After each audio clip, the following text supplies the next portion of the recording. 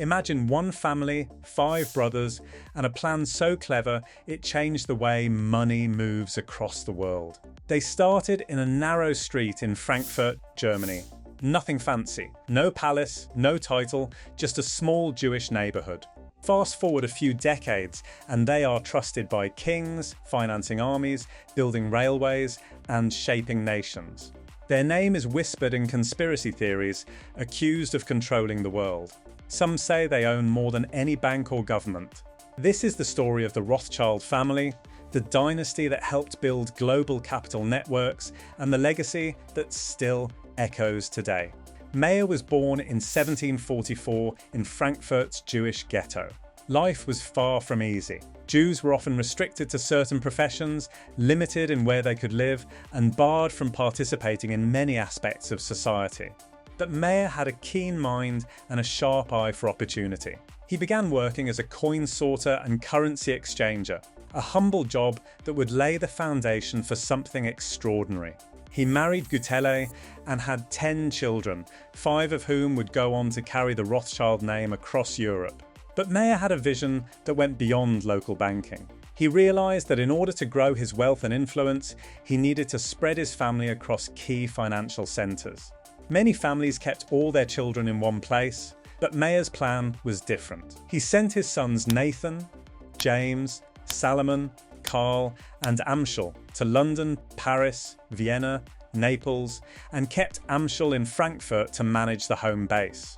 Each son learned languages, mathematics, and finance, but they also learned diplomacy, strategy, and the art of building networks. Europe was in turmoil. The Napoleonic Wars raged from 1803 to 1815, creating both risk and opportunity. Nathan Rothschild in London pioneered a system of moving funds and information faster than ever before. Using couriers and trusted agents, money could be sent across borders without transporting heavy coins. This system allowed the Rothschilds to provide essential funding to governments during wartime. One famous story claims Nathan learned of Napoleon's defeat at Waterloo before anyone else in Britain acted on it, though historians debate the details. The truth is that the Rothschilds did play a critical role in financing the British war effort. They became indispensable bankers to European rulers. As Europe moved into the Industrial Revolution, the Rothschilds shifted focus. They invested in infrastructure projects, railways, mines, factories that connected markets, powered industries, and drove economic growth. Their banking network was more than financial, it was a mechanism that allowed Europe to modernize. Railways weren't just transportation, they were arteries of commerce, and the Rothschilds helped build them. They also invested in oil, coal, iron, and copper. These were critical resources for industrial development, and their early involvement brought enormous returns.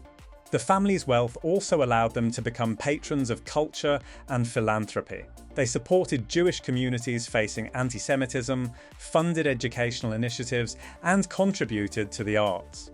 By the 19th century, the Rothschilds had built one of the first multinational banking empires. But it wasn't just money that set them apart. It was their mastery of networks.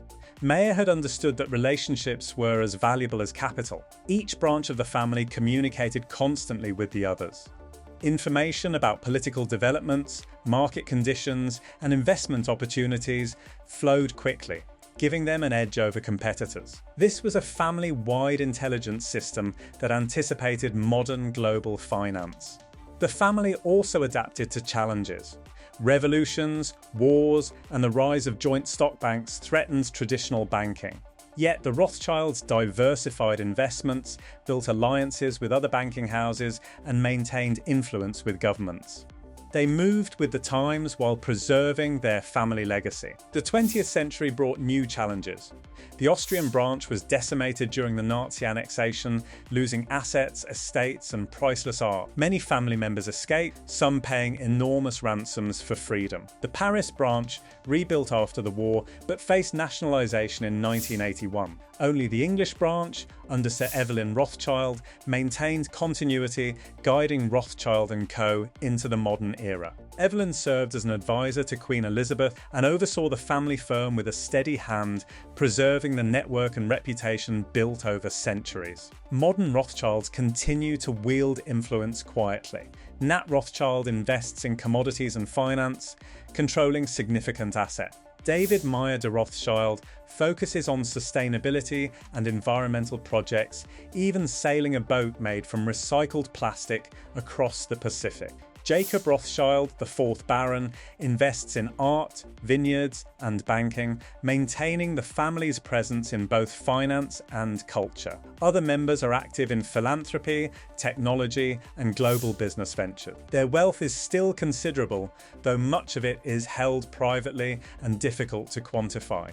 Estimates range from $350 billion to potentially $1 trillion globally, but the exact numbers remain a closely guarded secret. The Rothschild story is not just about wealth, it is about vision, strategy, and the power of networks. From a small ghetto in Frankfurt to boardrooms and estates around the world, the family leveraged relationships, intelligence, and trust to create influence that spans centuries. They show us that success is rarely the product of a single genius. Behind every great achievement, there is a network of people, ideas, and connections.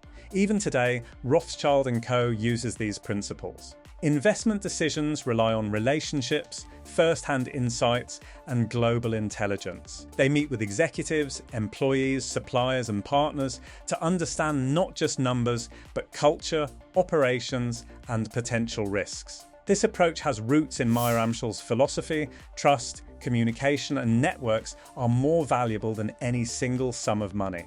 The family's legacy also highlights the endurance of influence. Wealth can fluctuate, but relationships and networks compound over time. The Rothschilds mastered both. They built trust with kings, queens, governments, and financiers. They diversified into industries, philanthropy, and cultural projects. And they preserved secrecy while maintaining visibility in high society. This combination created power that outlasted political upheavals, wars, and revolutions. Conspiracy theories often exaggerate their influence, claiming control of central banks or hidden trillions. While the myths are false, the truth is more remarkable. A family that built a global financial empire from nothing, navigated centuries of crises, and preserved its wealth through discipline, strategy, and networks. The Rothschilds are proof that influence is not only inherited, it is created, nurtured, and maintained through relationships and vision. Their story also teaches a lesson for today. In business, finance, and life, the most powerful tool is not money alone. It is the network you build, the trust you earn, and the foresight to act when opportunity arises. The Rothschilds understood this 200 years ago, and their modern descendants continue to demonstrate it. From funding wars to building railways, supporting communities to preserving art, the Rothschilds have shaped the modern world in ways most people never see. They show that influence can be quiet, subtle, and persistent. Their empire is not built on domination, but on intelligence, strategy, and collaboration.